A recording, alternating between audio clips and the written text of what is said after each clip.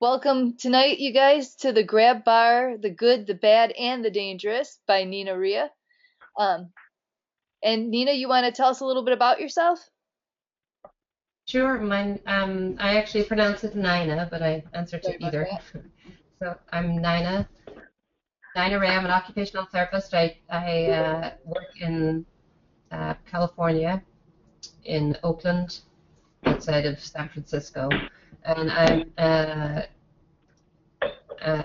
CAPS certified, and I did the CHM Executive Certificate in Home Modification, and I'm an occupational therapist. Currently, I work in home care mainly, and I'm starting to move towards this private uh, provider model. So yeah, that's me. Nice. And I don't know who the phone caller is. Let me see if I can close that off. Well, are you ready, Nina? I guess I am. All right. I'm switching this over to Nina. If you can, unless you have a question, please mute your mics. Um, And then also, please ask your questions. It's always better, it's always more fun when you're presenting if it's more of a conversation than just a presentation. So, if you have any thoughts, please bring them up. I'm sure Nina would love to talk to you. So Absolutely. yeah, I'm gonna switch you over. Great. Well, hi everybody. And I have this on my full screen, so I'm not able to see the chat notes or anything. So please speak up if you have a question. Or Karen, if you want to stop me anytime if you see chat notes. Okay. Can you see my screen right now? Uh, does it say aims of this presentation, or am I got mine up? I think you are still in yours then. Let's see. So right now I've got the front page, the grab bars, the good, bad, and ugly, or the good, bad, and dangerous. Can somebody tell?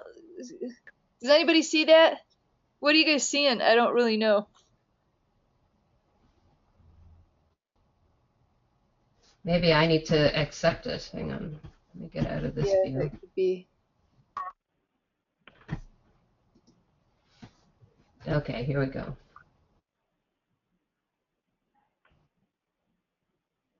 It's in here. I'm doing it to get it all going.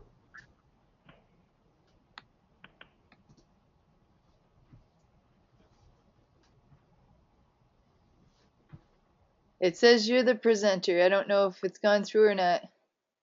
Yeah. I'm clicking on a few things. It's getting my permission. Okay.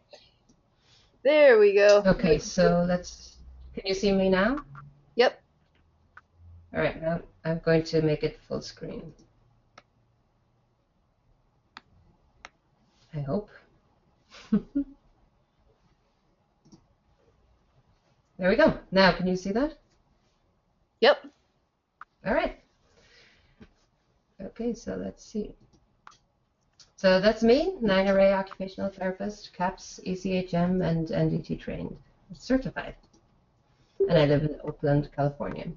So the aims of this presentation, I just want to start the discussion about grab bars. I'm going to go over some of the things that I've had to thought about them, and please chime in.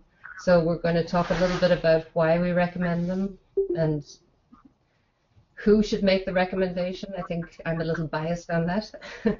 Where they should be located, and we'll talk about what different types of grab bars and some different installation options, and also who should install grab bars. And I added just one or two slides on finances as well, Karen.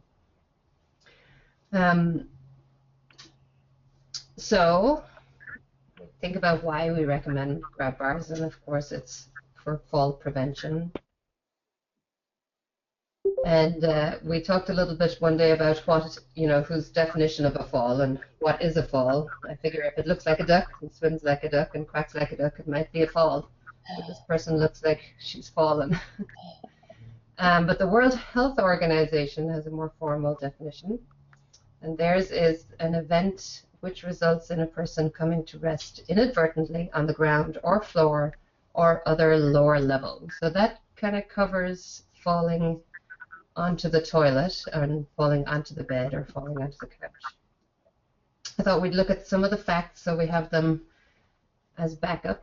So more than 1 in 3 people aged 65 years or older fall each year. That's a lot of people, and age 65 is a pretty young group. The risk of disability, however, and other life-changing problems caused by falls increases with age. So they have a lot of statistics available on NIH-seniorhealth.gov. That's a great resource. Falls are the leading cause of death by unintentional injury for older adults. The second leading cause is motor vehicle accidents. So look at hospital admissions. Falls account for 25%, that's huge, of all hospital admissions and 40% of all nursing home admissions. 40% of those admitted do not return to independent living. 25% die within a year. And many falls don't result in injuries, but a large percentage of non-injured fallers, 47%, can't get up without assistance. And yeah, isn't that really impressive? It's shocking. Yeah, I'm treating a person right now in home care she's in an assisted living facility, and she was checked in for lunch and breakfast, or for breakfast and dinner that she didn't attend, and she was on the floor from 8 o'clock at night until 2 o'clock the following day. Wow. So she didn't actually injure herself in the fall, but the stay on the floor is what really hurt her. And when a person falls, the period of time spent immobile often affects the outcome. Muscle cell breakdown starts to occur within 30 to 60 minutes. I thought that was incredible. Yeah. 30 minutes, that's really amazing, especially with our older people.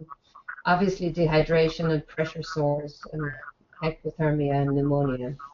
All of these statistics are out there, and we know all of this, but I think that it's really impressive to see the numbers. From the CDC, the falls are the most common cause of traumatic brain injury. 81%. Oops, you're breaking up. And I'm breaking up? Yeah. Can you hear me again? Yeah, now we can hear you. I don't know. I have a little echo in my ear, in my headphones. Yeah, there's something that keeps coming on that says phone call, and I don't know if that has some extra noise or what's going on with that. Do you think it's something from me? No, I think it's somebody who's joining us via the phone. Oh, okay.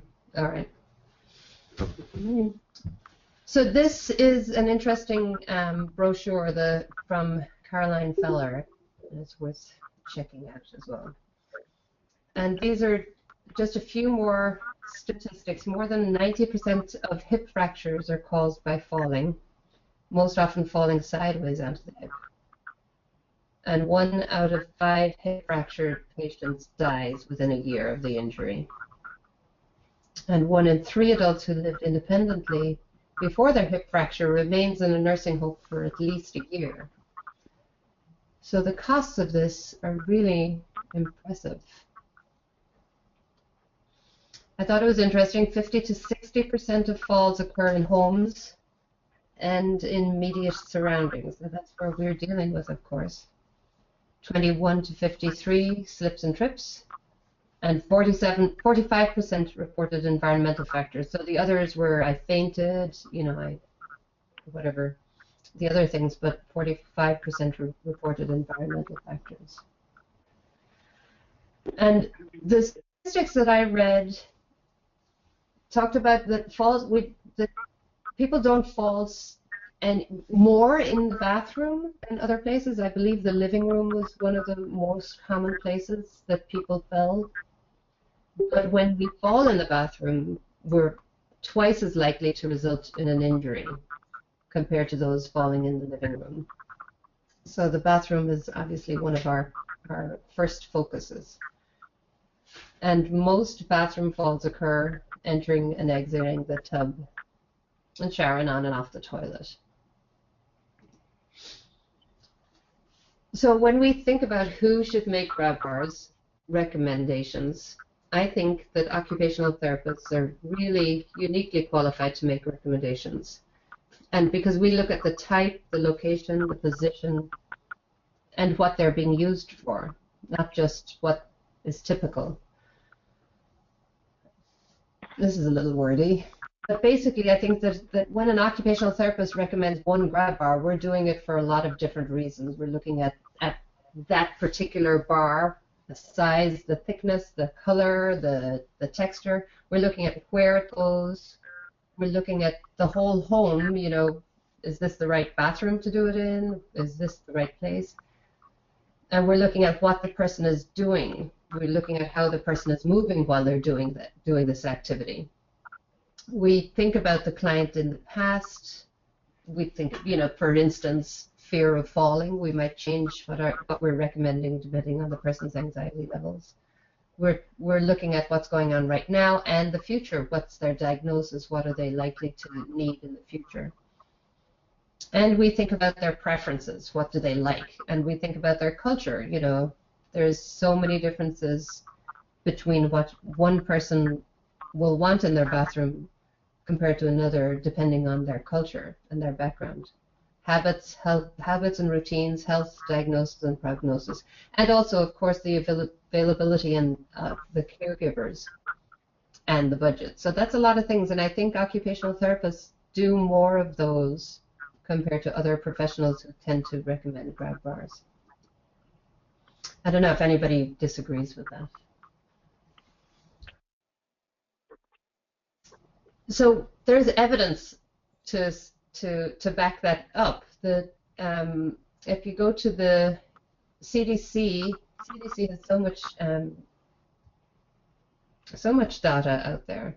In the Home and Recreation Safety, their guide, it's a really an impressive guide. So there is evidence that the multifactorial fall prevention interventions work, and we talked about that last week or the week before last.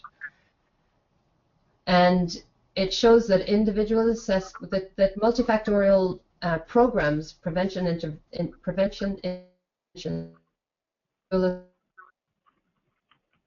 Ooh, you're breaking up again, Nina. Oh dear. You know, can you turn your volume down a little bit? Maybe, are you hearing an echo still? Yeah, let me get out of this and.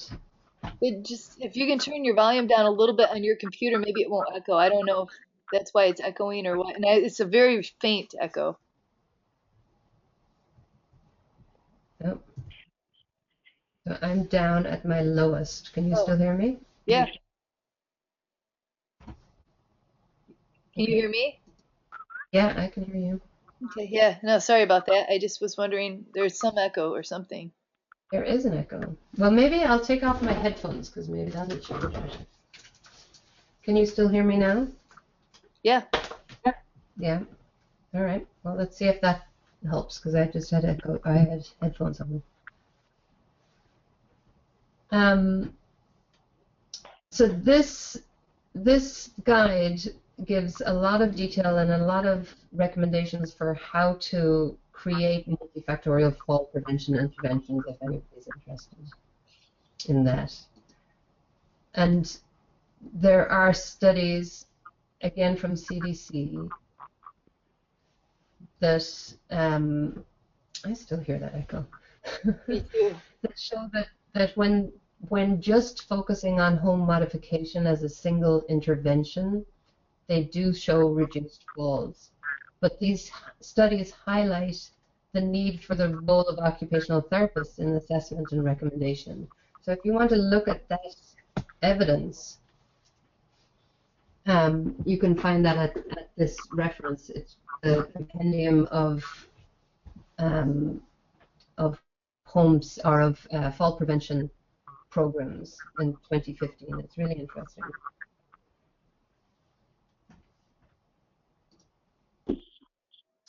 So some of the things that we look at when we think about people's falls, we look at age, gender, race, medical, vision, vestibular, strength, fear of fall, depression, all of these intrinsic things, and also the extrinsic factors like medication and the environment, the person's clothing and footwear choices and needs, and their assistive devices. I think it's interesting about the age and also the gender, the falls, the statistics show that women fall more frequently than men, but men die when they fall Wow. more frequently than women.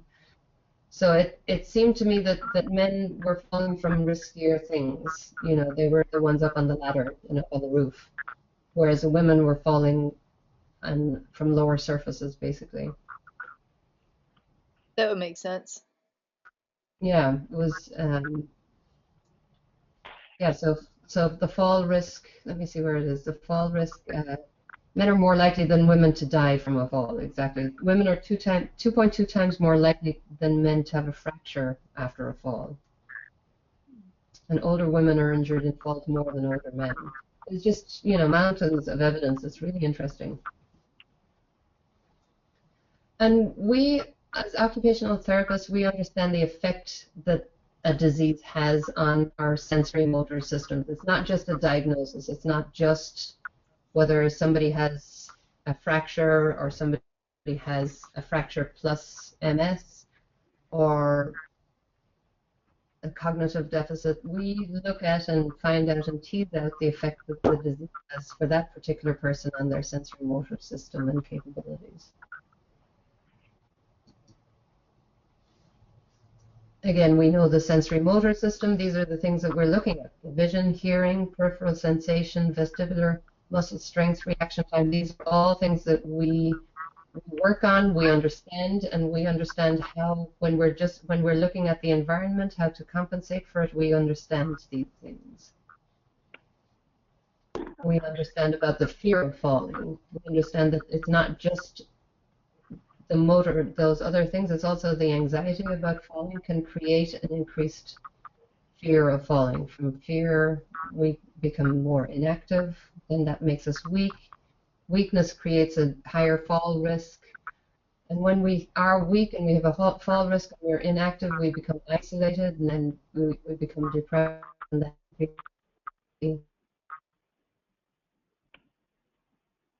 Yeah, the woman I just got called in on, her daughter said, well, all she's done is read and eat, lay in bed and read. And that's what I thought is I wonder if she's fallen and she's just afraid to get out of bed now. Right, I think it's really interesting sometimes to talk to people about the things that they do that they feel are their highest risks, and then I talk to them about the things that they don't do anymore. Ah, And very often it's because of fall risk. You know, they oh, you know, I'm fine, I just take a sponge bath. You know, I don't want to take a bath anymore. I don't want to take a shower anymore. Well, why? Because, you know, if you kind of tease it out, it's usually because they're afraid of falling. yeah, And it's a the valid environment, fear in some cases. yeah, I still hear that echo. So we know body dynamics. I think that so many times I go to people's homes and see grab bars installed that actually impair the person's movement. That they hold on to a grab bar that's in front of them when they're sitting down on the toilet, and they're just lowering themselves with their upper body rather than putting themselves a good position to use our body dynamics properly. So occupational therapists understand that, and I think that's why we always, each person needs an individual assessment. Right.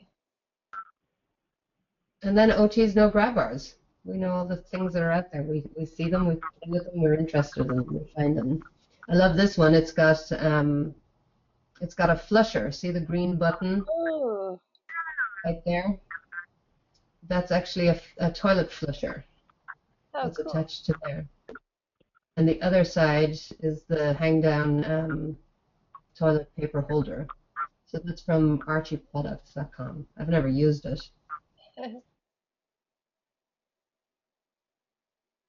So then we think about where should grab bars be located, and I think instead of just a list of it needs to be this height off the ground or this far from the anything, this is individual. When we're looking at people's homes, we're not looking at ADA rules or regulations. Those are not for homes. We're looking at the individuals who are in the house and who are likely to be there. So we recommend the grab bars where they're needed. Of course, there are typical places. So we think about where the environment and the activity challenge the abilities of the client. So we look at where the house and what they're doing there overcomes the ability for the client to do it. Of course, the need is unique for each client. And an occupational therapy evaluation will really identify the activities that put the client at risk, as well, like we just said, about as well as those being avoided because of risk. The occupational therapist will recommend the optimal solution for that person. So I think the big difference that I see in an occupational therapy evaluation for bars is that we want to see the person moving around. We want to see what they can do and what they can't do. And then we look at both the person, the activities, and the environment. So we've got some typical places. The grab bars here on the wall, along the side of the tub, the bench. There's another one here beside the toilet commode. There's some more bathroom grab bars. These are nice, fancy, good-looking ones. Good photograph them. This is a toilet paper holder with a grab bar ring over it. This is another toilet paper holder, kind of sideways U. And this angled one has a soap dish on it. This circular one is just circular and fancy and can go over a faucet in the shower. And this this darker one is has a little shelf under it. I think this one, I can't really see it properly. I think it's a flip down one. There really are some really cool grab bars out there. There really are. There's some really impressive ones. And, you know, I think we need to always think about other places, not just the bathroom. This is, I think this can be a really challenging area right away. There, Helpful. there you go. And we have some risky activities. This is a pretty even if this looks like the chair of the stair lift is blocking any real probability of the person falling down the stairs, but it certainly is anxiety producing. So again, that fear of falling can be helped a lot with a grab bar in the proper place. Yeah. And a grab bar like this can help stabilize the person when they're having to maybe move the seat or swivel the seat or put it in position if it's one that gets flipped out of the way.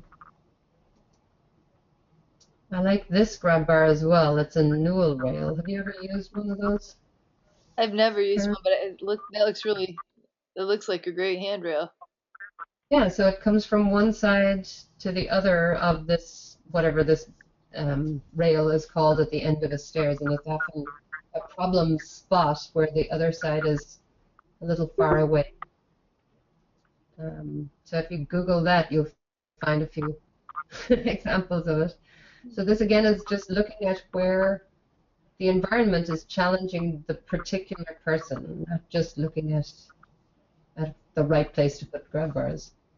And thankfully, I live in California, so I know nothing about snow and ice. But I know a lot of you do. So obviously the environment and the outside environment challenges a lot, and that has to have a great effect on it. So thinking about the particular grab bars, what's the best type of grab bar? There's a lot of them out there. But I think one of my pet peeves, and I think I've heard you talk about it, Karen, as well, that they really do not have to be ugly. Exactly. I think a lot of ugly grab bars are put in when when they don't have to. Sometimes the ugly ones are just the cheapest ones, and that's the only option available. But sometimes they're put in just because people don't know that there are other options out there. So I just gathered up some photographs of some grab bars and some collections that I thought looked really great.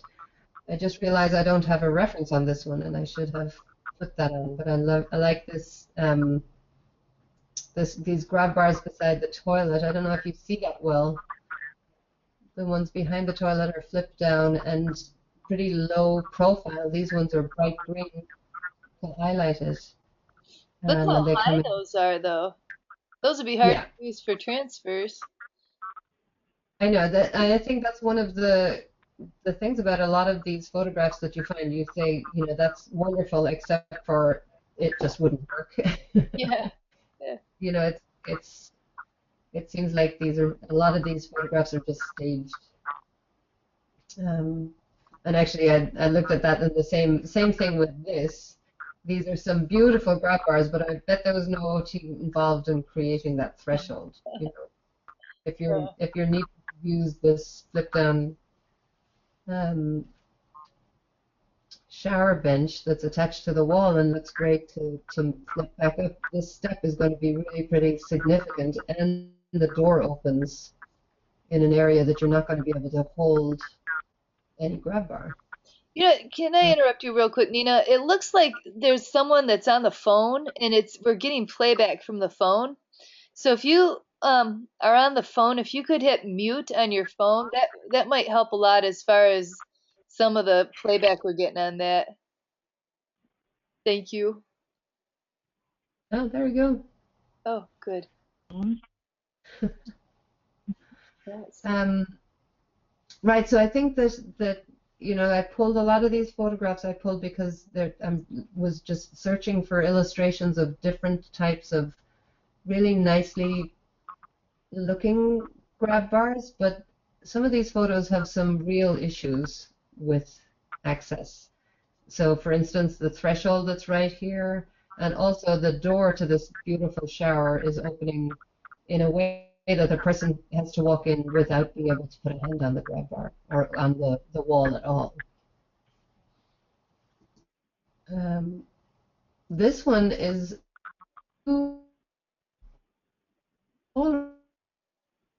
Uh, this Karen, I hadn't seen it before.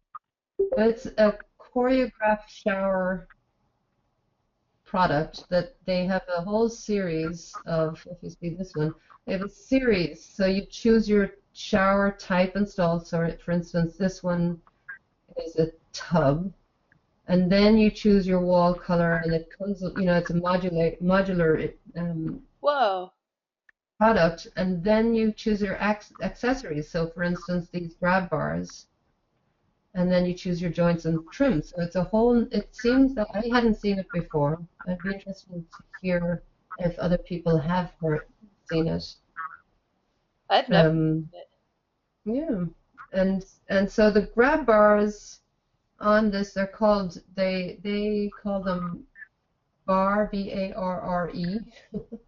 But they say when I looked into the product specifications, and they said that each holds up to 300 pounds. So I think they are considering them grab bars. And they're more aesthetic looking if you look at the product online. The grab bars that go with this line are actually pretty.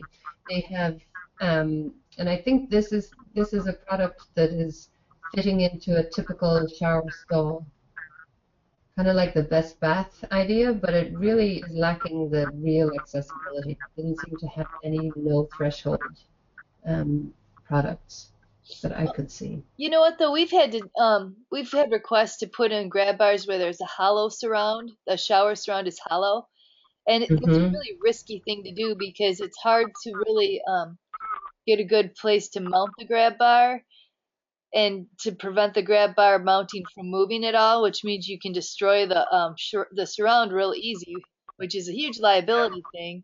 So we've actually been paid to take out the surrounds and put in new ones. And some of it is a lot, there's a lot of doing to it. That looks like it might be something that's really kind of easy. Yeah. Yeah, and it seems like this is a reinforced, when it's just talking about the grab bar part of it, it seems like you've got a lot of choices. It's a reinforced background, so you can place your grab bars as you wish. Nice. So besides the no threshold, I think it does seem to be a more simple fitting into one of those surrounds. Again, you can get grab bars of any style. These are a color purist, so it's one style. It's hard to see these photographs, I understand. And then the transitional grab bar is a little bit more traditional style of a grab bar, more traditional style. But there's a lot of different styles out there. This is a company, I don't know how to say it, Pointillo. And they have many, many choices in color and coatings. They have the square ones and the stainless steel and lots of different colors. And one in particular, like one of the Pointillos, the Prestigio, that's that one range within those. And again, the same company has this grab bar with a toilet paper holder. And then they have, this is a grab bar with a removable seat that can hang. I haven't had experience with this, but it looks really interesting because it looks like it could really be low profile and get out of there. This again is the same company. They're using the slider for the handheld shower is an actual grab bar. And I don't know about you guys, but this is the first time I've seen this type of shower door. I love it. See how it's a kind of a split shower door where the top opens and what is that called? Like a barn door or no, not a barn door. I don't know what it's called, but the door is split to a lower part and an upper part. Can you see that? Yeah. So a caregiver can keep their feet dry while helping the person in there. I like that. Ginny says that's called a Dutch door. Dutch door. Thank you. Yeah, that's the first time I had seen that. I really liked it. So in grab bars, it's not necessarily for straight bars, but all grab bars, we think they're Darn, you're breaking up them. again. I don't know what to do about that. I'm going to jump out of full screen to see if there's anything that I can do. I almost wonder, there's some phone caller who keeps jumping up. It keeps saying phone caller. And if there's anybody else who's on the phone who could mute it, that would be lovely. Because that way it may prevent this from happening. Yeah, mine says there's two other people talking. Okay, no, I don't seem to be able to change it. Okay, so we always think, of course, about the diameter of the grab bar, whether we go with the 1.5 inch thickness or diameter of the bar or a thinner one. We're going to look at the person's preference and also their diagnosis and the person's ability to grip, whether the larger grip is going to be easier. We also think about the projection from the wall. Some of them are further from the wall than others, and we need to be thoughtful of that because it can increase the grip if the person needs to use a wrist to grip with. But also there is a danger of trapping an arm if the grab bar if there's too much space between the grab bar and the wall. Of course, we think about the finishes not just because of how they look, but it's certainly important, but also because of how they feel to the person, what their grip is like. We also think about, for vision deficits, the contrast of For instance, a yellow or an orange or a red grab bar is going to be much more definitive than a steel looking grab bar or a white on white. And that can be really really important for somebody with low vision. So this is a basic grab bar, $20, $20.98. I just downloaded it a few days ago from Home Depot. It's one of our home companies around here. It's kind of the go-to grab bar everywhere. And then there's, again, in the same store, you can get a prettier one. It's more expensive though. It's $61 in the same store. We can think about angled grab bars and modular. One thing Linda says that I think sounds really cool is she said she put red tape stripes on a white grab bar. I think that's what you're saying, which was on a white wall. But what a great idea. Yeah, I love that. I have a patient right now who has low vision, and her family keeps a stock of bright, like neon orangey yellow duct tape, and she has it striped just like that around the grab bars and the handheld shower where she has to grab for. Ooh. And you know, even she has a little dab of tape on the end of her reacher, so that because she can't see where the reacher is, you know, just highlighting the bars I think is a really good idea. Yeah, that's one thing I've noticed working with people who have cognitive or cortical blindness. Sometimes they can see color, they see some colors they can see better than others. Like red is one color that I find that people seem to be able to see if they can't see other colors. I don't know if anybody else has found that. Yeah, I have a lot of people with macular degeneration, and that kind of bright orangey yellow really seems to work, that neon strong color, but that's interesting. I'm going to have to try the red as well.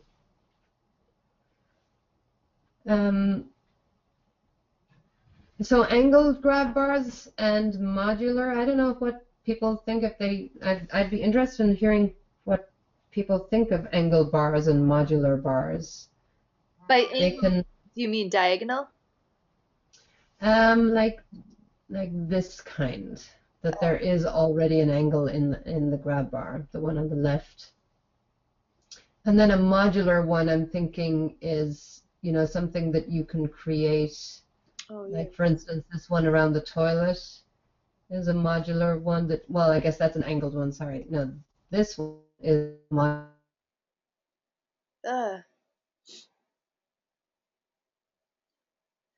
I don't ever recommend diagonal placement for grab bars. And I don't know if anybody caught, there was a big discussion on it last year on OT Connections. And one person, Deborah Young, cited that for diagonal grab bars, that's actually the best that's the most anatomically correct way to mount a grab bar for someone to actually be able to grab it. But I feel like it's a whole lot more grip strength that is required in order to maintain your hand placement on the bar.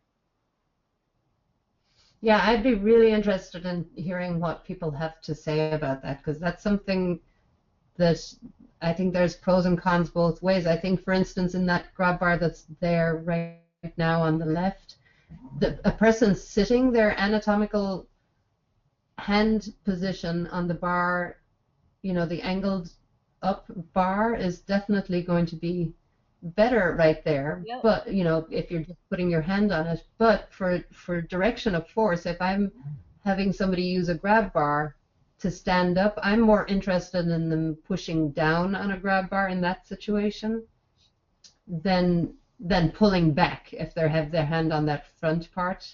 Yeah. You know, that's right, the toilet. So I think that I'm always interested in which way I want them to pull or push and what's the grab bar encouraging them to do. Yeah, well, and Linda writes, she likes it so they can reach it in sitting and in standing, which makes sense too, especially I've seen them like that by bathtubs. Yeah. I like it. That's exactly where I like it as well. I like to have it if I have a person who is using a shower bench or a bench in the bathtub but is standing up to shower and turn around, then I like it much better to be at an angle so that when they're standing they can still have their hand on it Yeah. and then they can sit right back down and it's right there. I agree. And I very rarely recommend any kind of modular one. It was hard for me to find a photograph of one. This is an unusual, how many people have urinals in their bathroom at home, even though I hear that it's quite the thing some places. But this is a modular that where you can actually create your own angles, so it can go around corners. Do people tend to recommend those or install them? I never even see them. Sorry, I can't reach it to turn it off. Oh yeah, so oops, let me go back. So there we go. So another type of grab bar, of course, is the floor to ceiling pole. And I love these and I hate these. I think they can be mounted in many rooms. An extension is available. Hang on just one second.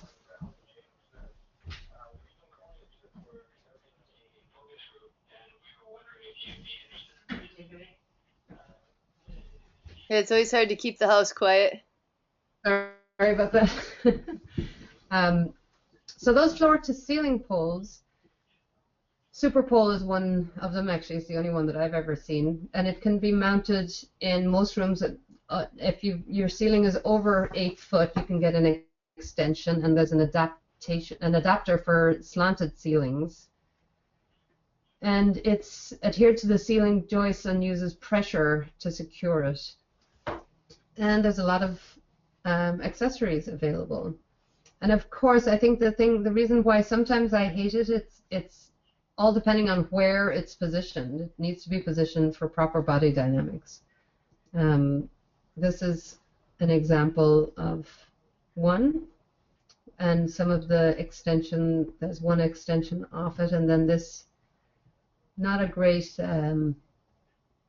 copy, but these are some other accessories that can go on it. There's like a little tray table that can swing around to the seat, and this is an illustration of how it's added to the ceiling. Have you used those, Karen? Yeah, I've got people who've really loved them, especially near toilets. Yeah. We've done them like in living rooms by chairs as well. Uh-huh. And Linda just writes. Sorry, go ahead. I was just gonna say, Linda just writes, as far as the urinals go, that in their newspaper this weekend it talked about a waterless urinal for guys' basements, bathrooms. So I thought that was kind of interesting. That I think in some cultures, in different countries, there are a lot of urinals in homes. Yeah, that picture did look like that was a home bathroom. Yeah. I think in some, I'm not sure where I saw it now. I can't remember. But I think there are some in some European homes as well. And the floor to ceiling pole, I've actually had some success with 2 different patients with a history of CVA, both of whom were pushers, who really needed to have a really strong stability on one side and were able to maintain standing and go from max assist of 2 to min assist of 1. Wow. Using these grab bars, because teaching them to really direct their tone, it really helped. So I love these floor to ceiling poles when they're put in the proper place, and they're really not that expensive either. No. Alan Prince writes that he used his with a CVA as well and had good luck. He's had a lot of success with those poles. Yeah, I really, it was a dramatic, for this one client of mine, it meant that he could go home from a, assisted living or a SNF area, actually. No, it was assisted living. and it meant that his family member was able to transfer him. We put two in, one beside his chair, beside his living room chair where he liked to sit, and one beside the bed. Nice. And then of course they're flip-up bars, and they can be either attached to the wall, or sometimes they have like a foot that goes all the way down to the floor to provide extra support. And then obviously they can be there when you need it and moved away to give access. And they don't have to be ugly. So this is a little bit more industrial style one on the left from Moen, even though it's prettier than they used to be. And then there's this other archieexpo.com. And I think, Karen, you have a nice one as well, don't you, on your website, don't you? Yeah, those are the Pancho Julio one. Oh, okay. Yeah, I like those too. Yeah, me too. And they're so much sleeker now than these big ones. So the clamp-on tub, again, placed in the right place with somebody using it properly. I think these work great with some people, but if it's a person who's sitting down on the floor of the tub and using it to pull sideways, it's not going to work. It's going to pull off. And they also shouldn't be used on plastic or acrylic tubs, because the force to clamp it will damage the tub. But they can, used in the right place, I think these can be really successful too. I've seen them. And inexpensive, especially for renters who don't want to make changes, whether they're allowed to or not. They perceive that they don't want to make changes to the wall. This can help. So this is the dangerous part of it. This is one of the dangerous parts of our talk. These suction cup grab bars, I think, are the worst thing to come on the market. I don't know, has anybody had experience with these, or? I have one that I use for evaluations sometimes, but I don't want people to actually lean on them. But the problem with is they work sometimes, and then sometimes they don't. So it gives people a false sense of security. Exactly. I bought one when I saw them first. I bought one to try it, and I used it for, I was like, well, at least I can show people what a grab bar would look like, and it looks kind of pretty. And then I stopped doing that because people were like, oh, I'll just get one of those. And I'm like, exactly. Oh, no. Yeah, and if you read the specs of some of them, it even says that they're not designed to take body weight or to be used for leverage. They're only to be used as a balance aid. What does that mean anyway? But Ellie writes, they pull tile off the wall. I've also seen where they've pulled the surrounds off the wall. Those acrylic surrounds, they pull them right off the wall too. Oh man, yeah, I can imagine that, because the suction will and and it gives this false sense of that this is going to hold me up, and the whole thing comes down. Yeah. Yeah, and if they cross a tile grout, it's not going to be secure, or if it's a textured surface, it's not going to be secure. I really don't like them. No. And then Ellie also wrote Great Grabs. They have really cool grab bars as well. They're really interesting. Oh, really? Yeah. It's a great. What did you call it? Greatgrabs.com, and it's great, and then grabs ends with a Z instead of a S. Okay. But they have really great grab bars. Oh, good. I'll look into them. Okay. And so I bet they have a lot of more examples then of these type of grab bars with accessories. This is a shelf on the one on the right side, and this is a soap dish again. Toilet paper holders. Gotta have toilet paper. And then the double duty of the grab bar and the shower slide bar. I like that a lot. If you are putting in a slide bar, I think if it's somebody who has issues, I think that it really should be a grab bar because it looks so like a grab bar. It's going to be used as one. Yep. So I think it really is important to have that be secure, and many of the manufacturers now have the slide bars are rated as grab bars. So again, this is that Kohler shower stall. Yeah, so this is one of the fit-in Kohler stalls with an integral bar, and it does have a threshold right there, and it's the price I pulled up yesterday or whenever I did this last week or whatever was going on $4,000 retail. Just Yeah, that's pretty. That's not a great price. Yeah, yeah, and they have issues still, right? So then this is the Best Bath example. Again, trying to find photographs that I could pull off these websites. So this is one of the Best Bath wall surrounds, I believe. And Karen, you use their products a lot, Yeah. right? That's actually that's one of their barrier-free models. Those are great. They're high quality and they're easy to install. Sometimes when I first started doing this, the guys would install other sorts of barrier-free showers, but what I found was they had trouble leveling them. So then the water would all pool in different places. But Best Bath, it seems to be easy to level or something. I don't know. We don't have. I've never had that problem with Best Bath shower. They're really And they're high made quality. they're easy to access, right? They're easy to have down low enough to have a Yep. real barrier-free.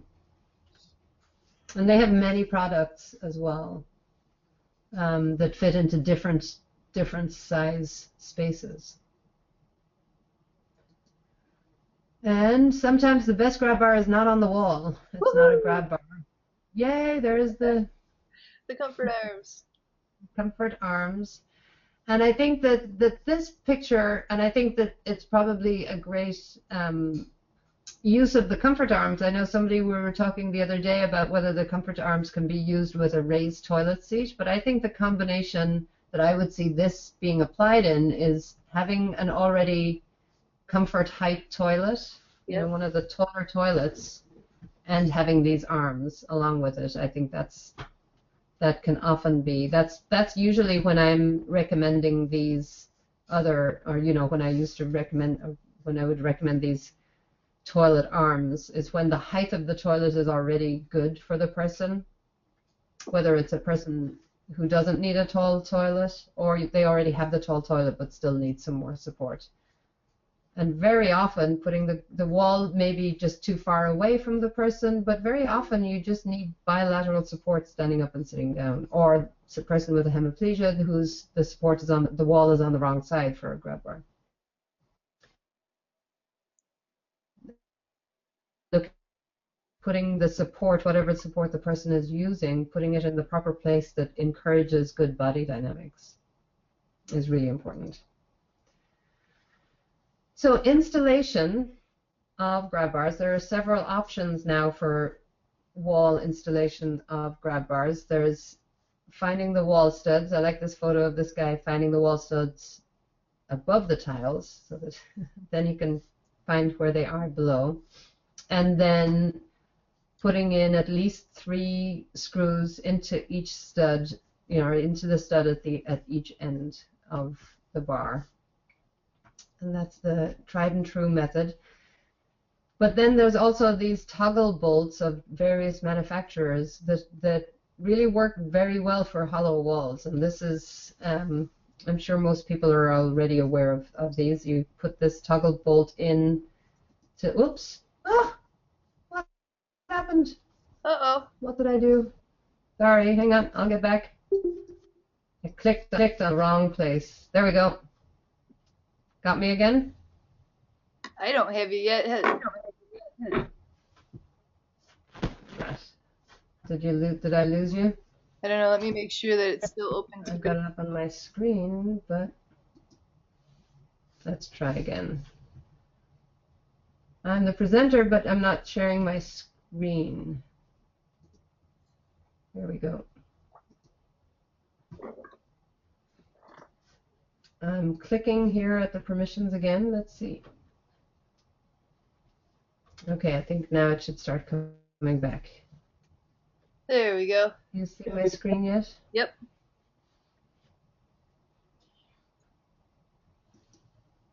Have I lost everybody? Nope. Everybody's still here. Nobody's leaving. This is too interesting. Oh dear, I can hear that you're talking, Karen, but I can't hear you.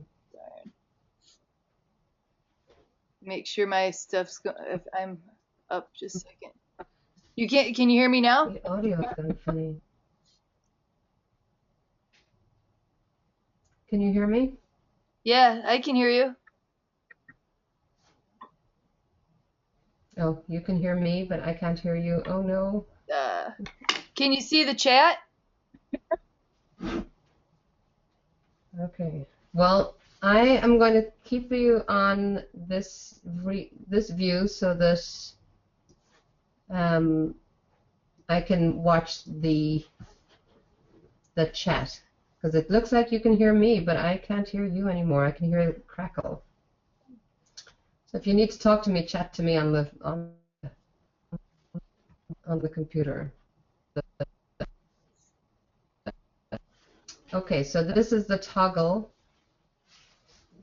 for the hollow wall. It goes through the hole like this, and then you pull the plastic piece, and it flips the support that's illustrated here in yellow.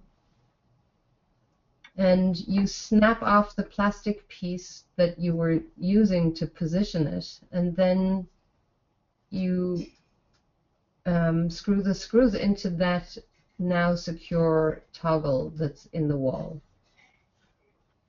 And it does seem to be successful. I don't know if other people like using it or have a particular manufacturer that they like to use. Can you hear me right now, This is Nina? another illustration of the same thing. Did you talk again, Karen? Yeah, I was just gonna say, my guy who's the head of my head builder, he refuses to use any sort of toggle bolts at any time. What he likes to do is, if you can't do a toggle bolt and there's not a stud, what you have to do is have a backer board. And sometimes he puts them inside the walls, but sometimes if we don't have the budget for it and it's not in the shower, obviously, he'll put it outside, like a backer board outside the walls.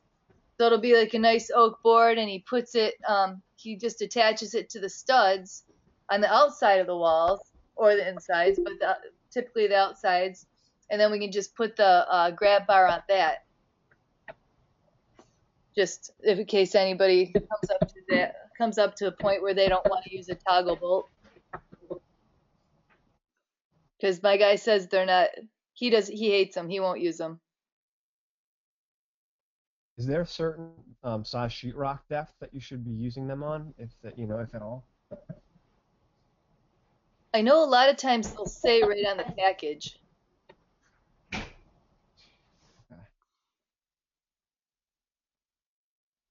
But I don't know. My guy he just is totally against him.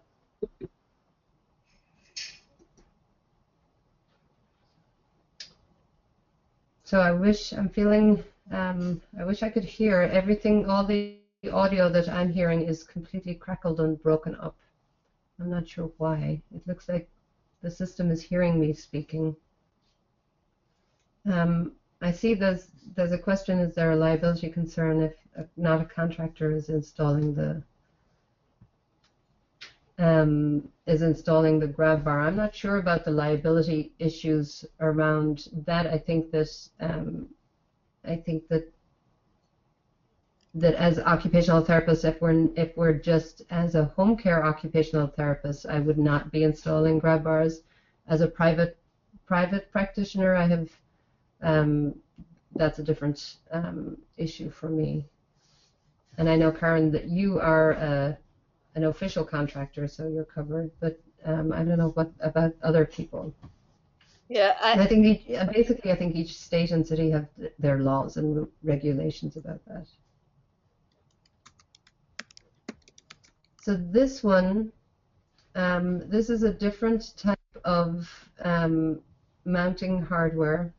This one is the Moen grab bar secure mount anchor, and again it's a similar kind of an idea where you drill a hole and you slip something in on one direction and then it flips around the other direction once it's in there, and then on the Moen one, this is another illustration of it. This plate is on the wall side, on the grab bar side, and the grab bar is attached to that with these smaller little set screws. And I know some people like those. I don't have experience with those. I've used the toggle ones frequently, but I haven't used this one. And then there's the Wing It, which is another type of fastener. You can see that it opens out like a tent, like a behind the wall, and provides a lot of support. I think they're rated up for £800 per Wing It. Wow.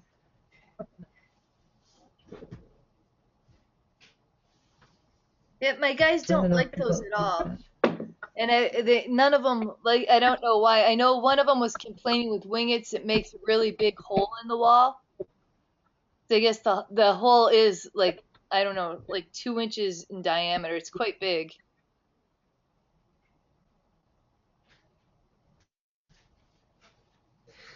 I'm hoping that I'm going to reread or listen to this recording of this and I'll be able to hear you. I don't know what's going on. So that's another one, and this is another illustration of the same thing. This is an illustration of how it pops out behind the hollow wall. And this is, I have never used this. I don't know, Karen or anybody else, if you have ever used this this one for fiberglass enclosures. It purports to, and I know I've talked to some people who have used it and love it. So it's a bridging piece that bridges the space between a stud and the fiberglass. So let's see if I've got another illustration. This is another illustration of it. So the wall area is here at the end of the grab bar, and then this is kind of like just almost as if it was a bunch of washers bridging the space between the fiberglass and that wall stud. So I would be really interested in hearing, or if you could write it on the chat so that I could hear it, anybody's feedback about those. I come across those fiberglass enclosures all the time in home care where people don't have the ability or the wish to replace it or do any major production. And this is one solution that I've heard some people have had good solution or good success with it. Yeah, I'm the same. I very often don't mount grab bar. I don't mount grab bars on those hollow surrounds, and I'd be interested in hearing if somebody has ever used this with some good success. Usually on those, if it's a tub with those hollow surrounds, I recommend tub transfer benches for safe transfers because they're such a problem. But I'm really interested in this. I might actually get one to play with it. And I did have one or two people tell me before that they liked it.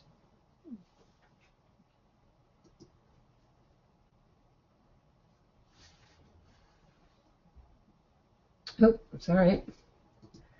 I shouldn't. I got lost. Hang on. Let me go back to the right place. Here we go.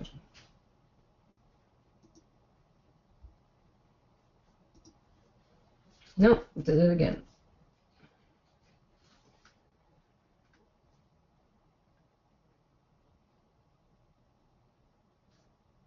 Okay, we're coming to the end here.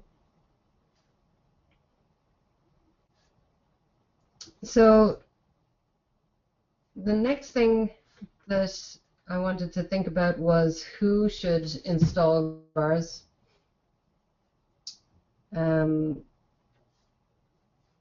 And I think that it needs to be a person with the know-how and with the tools. It needs to be somebody with experience and know how to recognize and drill through a variety of wall coverings, including various types and grades of tile. So the density of one tile will be very different from another, and sometimes you start off thinking something is going to be one way and it ends up being something else. So just having that ability to change and to change with what's happening on the day is really important. Also, old houses compared to new houses, the wall structure itself is going to be very different. And when necessary, the person knows how to find the wall studs, even though it's not necessarily all the time anymore, and how to avoid wiring and plumbing, and how to caulk the holes for making these holes in the wall that we put in, how and when to caulk to make sure that we're not creating water problems for the homeowner. And the person has to have all the tools necessary to meet unexpected eventualities. The next thing that I wanted to talk to about a little bit was about who pays. I know that most regular health insurances don't pay for grab bars installation, but some workman's comp does, some auto insurance, major disasters can pay. Client private pay is, of course, the most common financing matter. Sometimes it's family members, it's daughters and sons who are paying. And then if a person has assigned their home and their wealth to an estate, that can often be a little bit more forward thinking in purchasing these kind of environmental modifications. And also, if a person has reverse mortgaged their home to stay in the home, they're often more willing to use that finance to do that. There's also some loans available from banks for home modification. Also, if people are in great need, there's a lot of people in the middle who can't afford it and don't qualify for these kind of assistances, but there are a lot of finances available in different cities under different names, for example, through community block grants. And some are easily available and just people don't know about them, and so that the client can apply for the grant or for a very low interest loan and choose a contractor to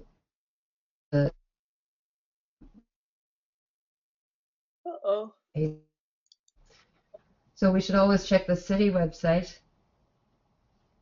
for that the client is living in, and root through that city website. Each city is different in how they use the money that they've been assigned and where they advertise it. And also check the city website for federally and state funded programs. So some programs that provide caseworkers can also provide for installation of grab bars, and they also have providers who they will call up and say, I've got this grant for this person, go install this, this, and this. Also, faith-based organizations, they sometimes have their own providers, but they also sometimes look for providers for installers. And so for one example here in the city I live in Oakland City in California, excuse me, which is by no means a very plush city. We've got a lot of financial problems. So there is a grant available for owner-occupied access improvement, for owner-occupied buildings, for access improvement. So for grab bars, ramps, all of those kind of things. They provide grants for accessibility modifications to owner-occupied properties. The grant of 15,000 grab bars and things like that, and ramps, or 24 if they need a lift.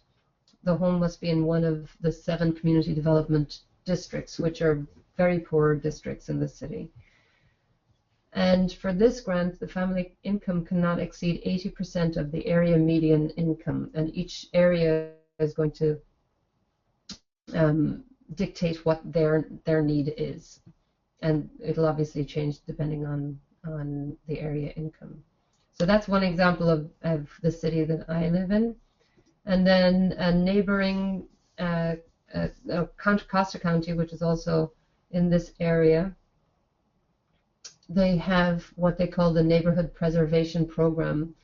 And one of the features in that program is a low interest loan, 1%, with a 15-year term for accessibility improvements or other tasks to rehabilitate the home. So they can use this for painting or for roof work or things like that, but they can use it for grab bars and ramps, etc. And if the person is a homeowner, for a mobile home owner, or an applicant deemed unable to sustain a loan, it can be just a straight grant that does not need to be paid back. So a lot of money is through different cities, and these, again, the money is paid directly to the contractor, so the homeowner can choose a contractor.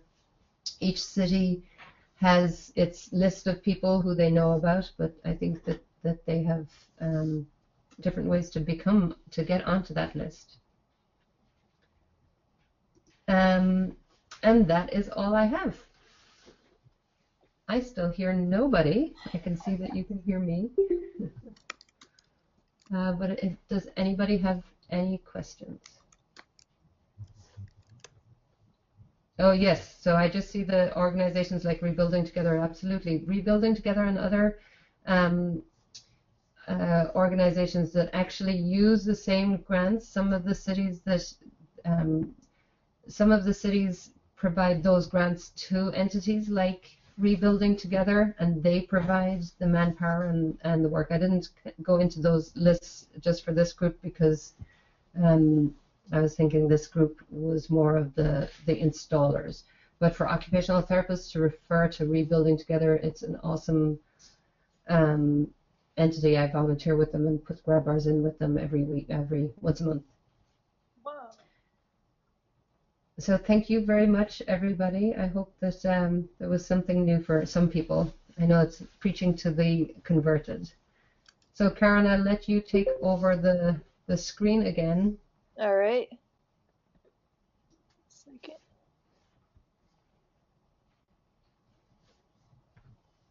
And I'm going to mute myself now. Thank you. Yeah, I don't know how to take over the screen. Oh, wait, yes I do. Just found it, I think.